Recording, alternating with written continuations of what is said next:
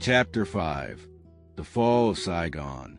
On April 21st, 1975, I arrived at the office very early, and so did my colleagues. They were discussing the handover duties from Special Commissioner Nguyen Coc Bin to Nguyen Phat Loc, the Assistant Administrator. We knew this was happening as a result of changes within the presidential palace, and everything was beginning to unfold. Our boss, Mr. Long, also arrived very early. He told us to remain calm, but I think he himself seemed far from calm. He walked around the offices and halls talking about various topics, but avoided discussing what was happening at the presidential palace. We thought he must have known about our speculations regarding the president's resignation. In fact, it didn't matter to us who was president, whether it was Nguyen Van Thieu or someone else. What concerned us most was the fate of the country and our own futures. Who would be the president? And what would he do to handle the country's crisis? Vice President Tran Van Hung lacked the strength to hold office. General Duong Van Minh was someone who wanted to reconcile with the communists. Former Vice President Nguyen Chau Kai might lead the country into a major war. We weren't afraid of dying if we had to fight the VC. We also knew that any form of reconciliation with the communists would lead to failure, because they would never keep their promises. But we had no choice. The real pressure was coming from the Americans. That was the true suffering for our small nation. I think the Americans no longer wanted us to fight. They wanted negotiations for peace with honor, as they often said, and this meant they were choosing big men to carry out their wishes. Nguyen Van Thieu once said, "Don't listen to what the communists say, but look carefully at what they do." I don't know who actually coined that phrase, but I think it's very true. Our boss's secretary, Depp, continued typing up the staff address list. Some people wanted to change their addresses, and a few didn't come to the office the day before. The handover of responsibilities in the office happened very quietly. There was no ceremony, no staff participation, so we would have never known if no one had announced it. The rumor about the handover was now a reality. We also heard that Nguyen Phat Loc, the new special commissioner, had only one task: to prepare for our evacuation. We asked our boss about the rumor, but he refused comment. He only said that everything would proceed according to plan. These vague words didn't satisfy us, and we truly didn't know how to handle our situation, wait for the agency's decision, or find our own way out. The resignation of President Nguyen Van Thieu was announced that afternoon, and his 90-minute speech was broadcast on radio and television nationwide. We listened indifferently, even though the president looked very sad and angry. We had already known this was coming, and we also knew that the 72-year-old Vice President Tran Van Hung would only be a temporary president. What we were really concerned about was who would take over next and how he would deal with the country's situation. Tran Van Hung's call for unity to fight the enemy was merely a formality. He lacked the strength to mobilize the generals and the people. The public had lost trust in the government. They blamed the government for corruption and for leading the nation to its current situation. I'm not sure if this was true or if it was just communist propaganda. If it were true, then the corruption among the leadership and military was a destruction of the country and war, because it gave the enemy the opportunity to break the national unity. People were afraid of the communists, but they didn't trust the government. This made it very difficult for anyone with the enthusiasm to unite the people to fight the communists. Most Vietnamese knew the saying, "Unity is life, division is death," but no one practiced it. Indeed, it was very difficult. How could we handle the situation, even if we had strength and passion? The death of the first president of Vietnam, Ngo Dinh Diem, in 1963, had begun the turmoil in the leadership of South Vietnam. The resignation of Nguyen Van Thieu might have been the beginning of the fall of the Republic of Vietnam. We all thought about this, but no one knew what to do to solve the problems of the country and our own futures. We hoped that we would have a chance to fight one final battle with the VC, and that our so-called allied countries would not abandon us in that battle. The battle in Hsien Loc province was a failure even before the president resigned. Some rumors suggested that the Americans prevented General Le Min Dao, the commander of the 18th Division, from using chemical weapons to win the battle. We didn't know if that was true, but the defeat was deeply disappointing for everyone in the capital, as it was a final defensive line to the northeast of Saigon. Military aid from the Allies, especially from the U.S., was a vague hope after President Ford's U.S. Congress rejected the emergency military aid package of $722 million to the Saigon government. The evacuation of Americans, Japanese, and other foreigners from Saigon was clear evidence of America's abandonment. The 20-year war ended with the president's resignation under heavy pressure from many sides.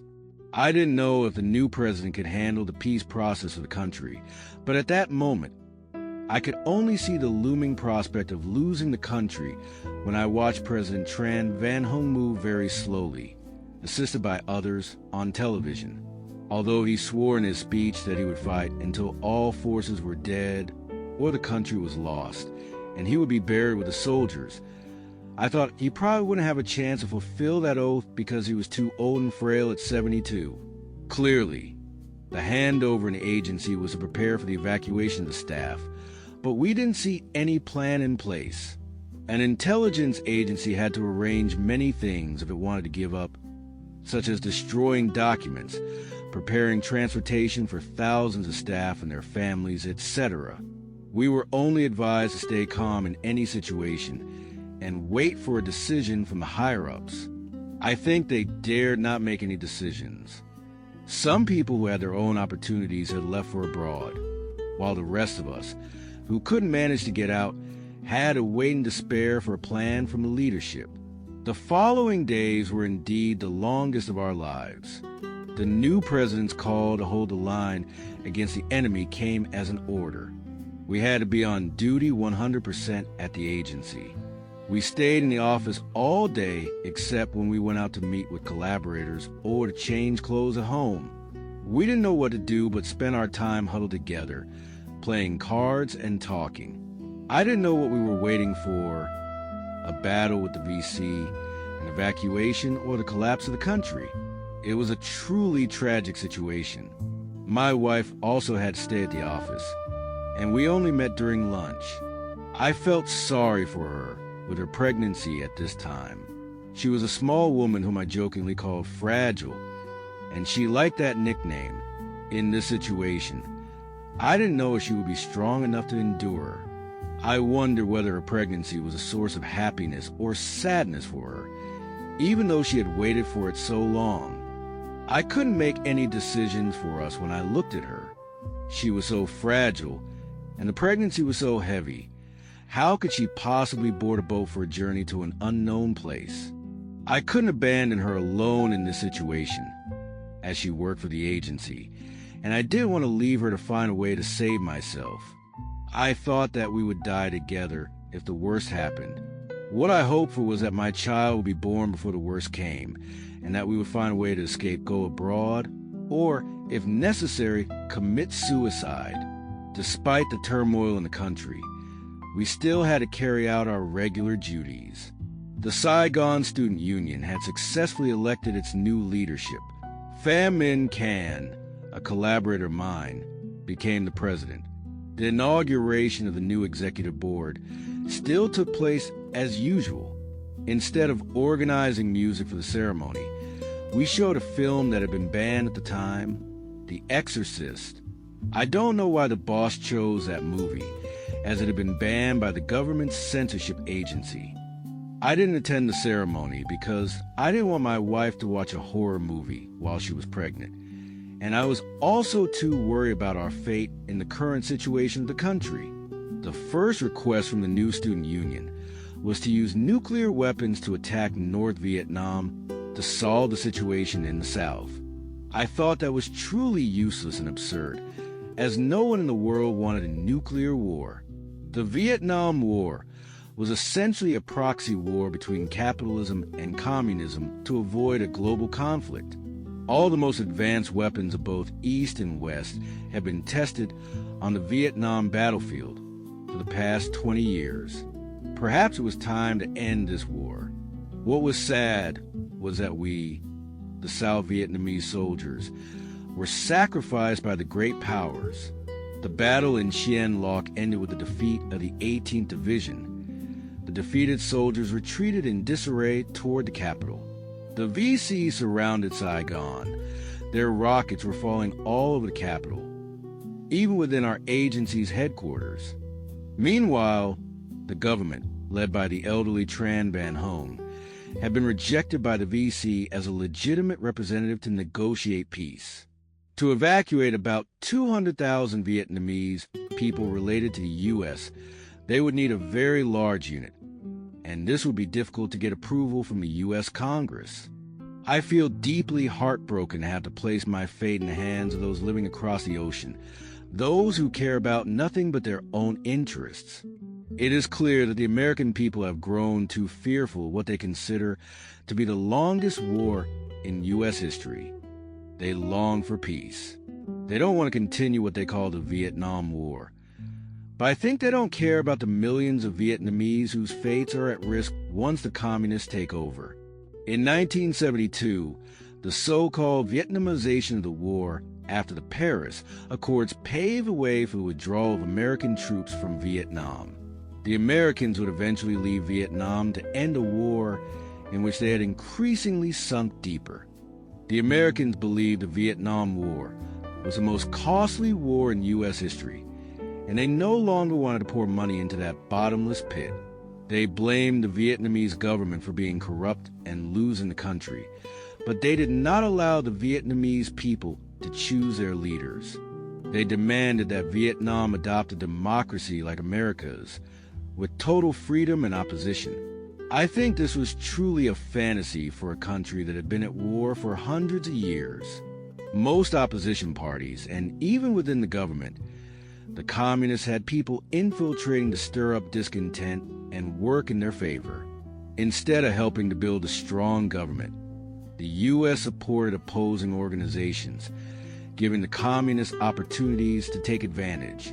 The student movements led by figures like Huynh Tan Mam and Lu Van Nui included communists at both the leadership level and among their supporters. The so-called mothers and sisters in these movements were nothing but communists. If the government suppressed these movements, it was accused of using violence against women and youth, but if not, the country would only face more chaos. These issues place the government in an increasingly difficult position. I'm not defending the government, but in my daily duties, I have faced these challenges.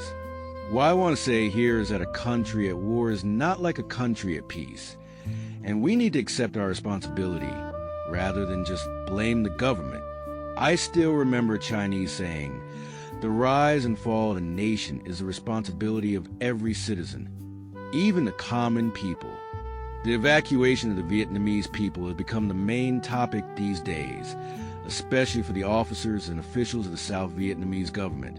But ordinary citizens are also crowding Tan Son Nhat Airport. Route 15, the main road for evacuation from Saigon, had been tightly controlled by the communists. Most of the South Vietnamese officers who had means had already brought their families to safety, but the rest wondered whether leaving too early was premature. The difficulty for us at that time was that leaving too early would mean surrender without fighting, but waiting too long would mean there would be no time left. President Nguyen Van Thieu resigned and left Saigon for Taiwan. Though in his resignation speech, he claimed that he was stepping down but not giving up. Nguyen Ngoc Binh, the special commissioner, immediately went abroad after handing over authority. Some leaders in the government, like Assistant Tan, Mr. Zhao, and Mr. Tam from the A Division, gave up and fled. Meanwhile, the order from the new president was to hold the position and prepare for the final battle. Everything happening around us made us more confused than ever. Mr. Long, our boss, tried to reassure us by being present in the office regularly, but I think he was also very worried, as he was no longer acting like his usual self. He walked around and avoided our questions about the country's current situation.